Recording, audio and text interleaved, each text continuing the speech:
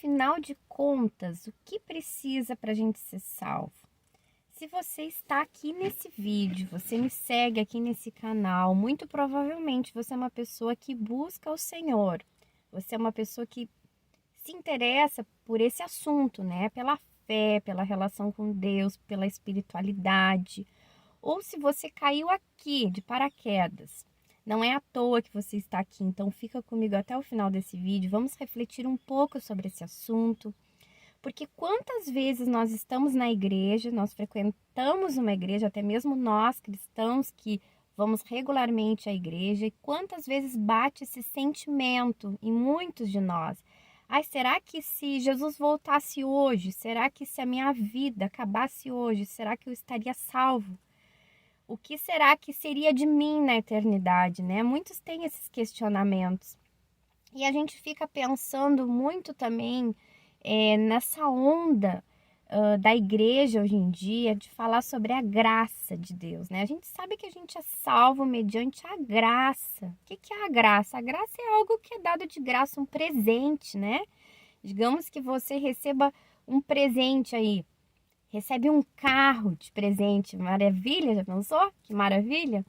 Recebe um carro de presente, foi dado, é de graça, não vai te custar nada, é um presente. E assim é a salvação mediante Jesus Cristo, é de graça, é a graça de Deus sobre a nossa vida, né? Então, muitos de nós também caminhamos nessa palavra, nessa confiança. A gente nem questiona, se acontecesse alguma coisa comigo hoje, se Jesus voltasse hoje, o que seria de mim? Será que eu estaria salvo? Muitos nem questionam, porque já assimilaram que a salvação é de graça, é a graça de Jesus sobre a nossa vida.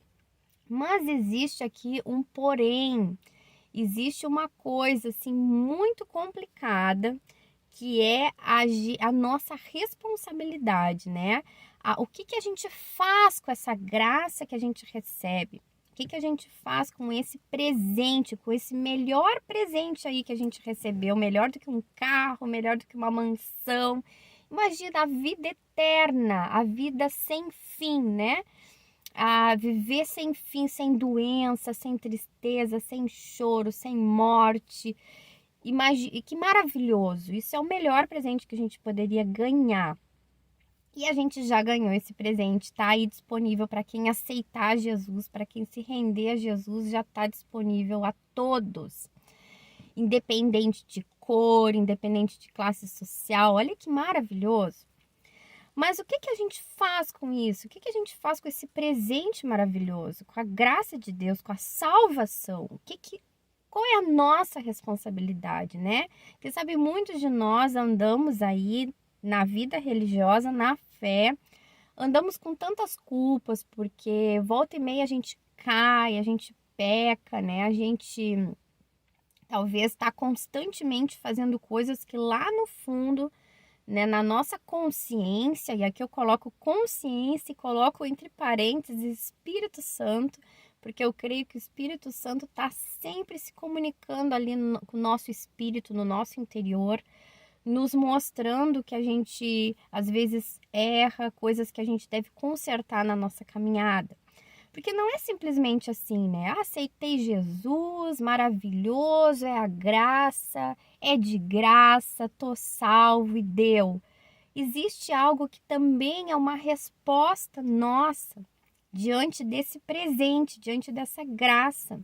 E na palavra do Senhor, tem muitos trechos que falam em relação à nossa responsabilidade, mas eu achei um muito interessante no livro de Miqueias, no capítulo 6, no versículo 8, e depois nós vamos ler também o versículo 11. Eu vou deixar na descrição para você fazer a sua reflexão pessoal, como de costume, e te incentivar a ler a sua Bíblia. Leia a sua Bíblia e faça reflexões pessoais, é muito importante isso. Então diz assim: Ele mostrou a você, ó homem, o que é bom e o que o Senhor exige. Pratique a justiça, ame a fidelidade e ande humildemente com o Senhor.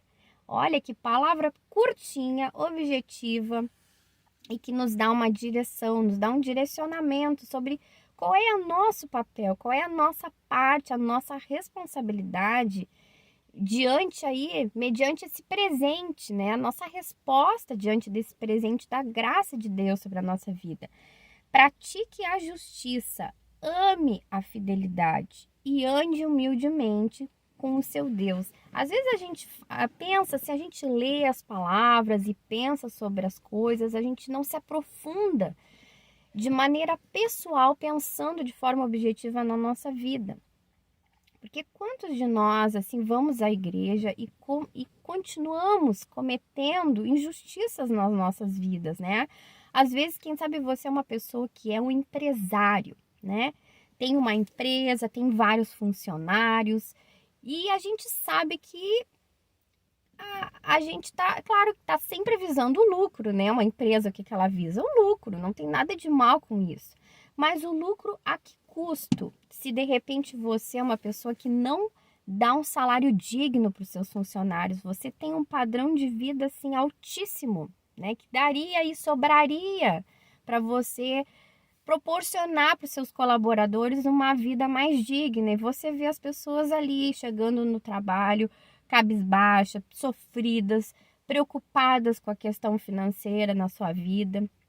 Então, são pequenas coisas que, quando a gente entrega a nossa vida para Jesus, a gente precisa repensar nesses pontos, né? Porque as coisas não continuam a mesma. Não, o nosso velho homem precisa morrer. E a gente precisa buscar uma prática, uma vida de prática de justiça, né? De justiça para glorificar o nome do nosso Deus. Então, nessas pequenas coisas, aqui eu citei esse exemplo, né, da questão de, quem sabe, um empresário, uma pessoa bem-sucedida, ter um olhar mais justo com seus colaboradores, você que humilhava as pessoas em público, quem sabe um empregador aí que humilhava os seus funcionários em público, já não cometa mais essa injustiça, abandone esse caminho, né? Converta a sua caminhada, né? Mude a rota da sua caminhada, repense, faça as reflexões pessoais de como que você pode praticar justiça no seu dia a dia, dentro do seu contexto de vida. Todos nós somos chamados a isso, dentro do nosso contexto de vida, a gente repensar, refletir sobre as nossas práticas, né? Daqui a pouco, uma pessoa aí que tinha o costume de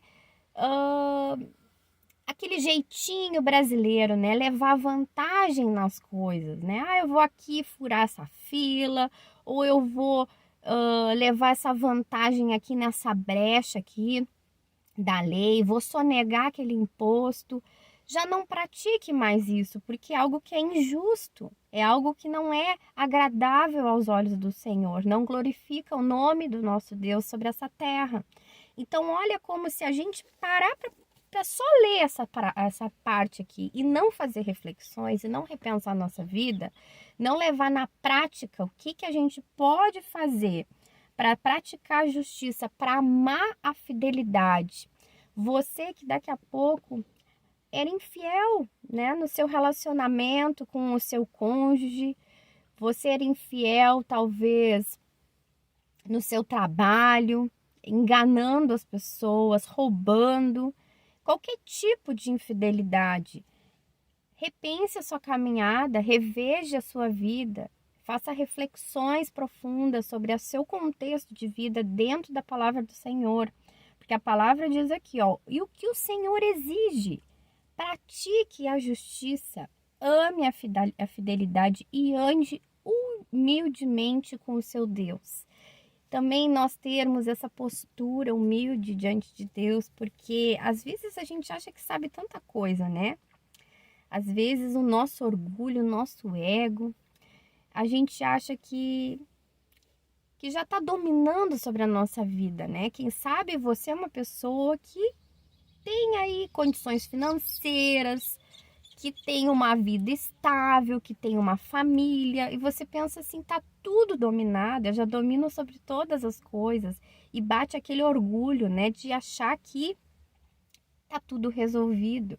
E quantas vezes a vida nos prega peças, né? Quando vê as coisas já se desalinham e a gente vê que a gente não é nada.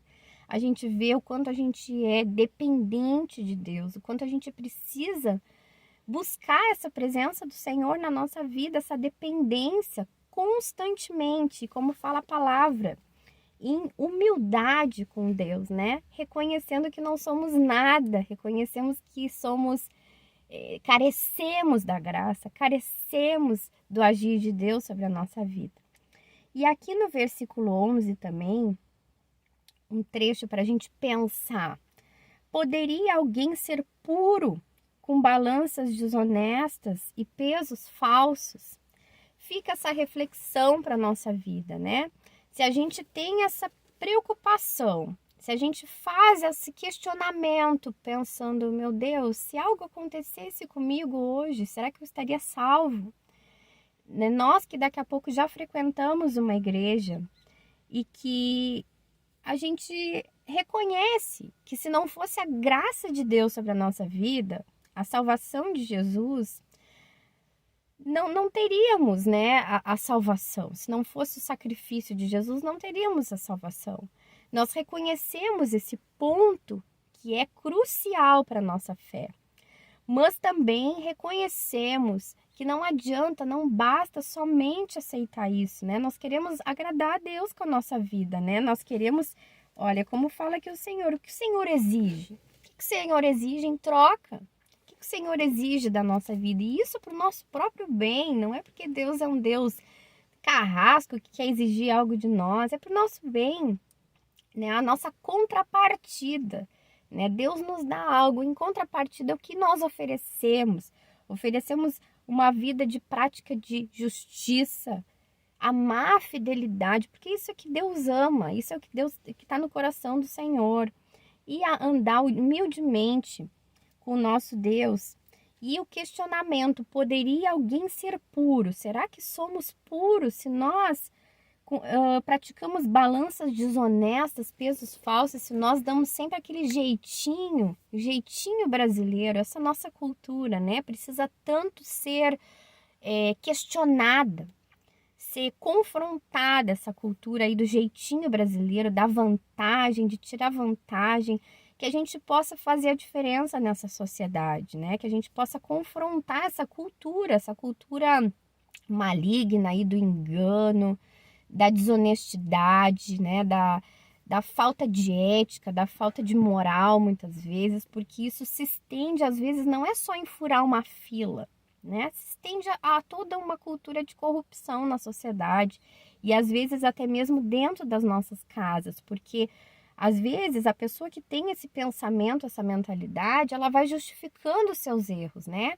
vai justificando os seus erros até mesmo numa relação ali conjugal. Ah, eu vou dar aqui uma escapadinha, uma traidinha, a minha companheira já não me dá muita bola, né?